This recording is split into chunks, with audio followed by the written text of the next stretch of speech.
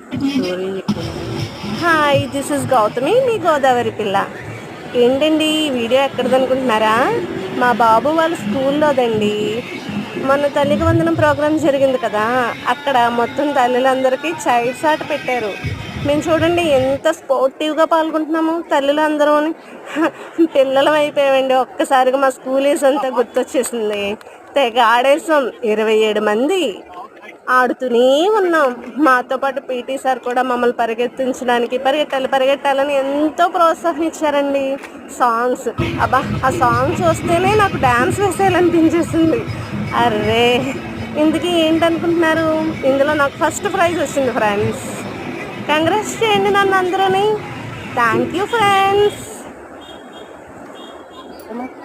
Video ఉంది కదా.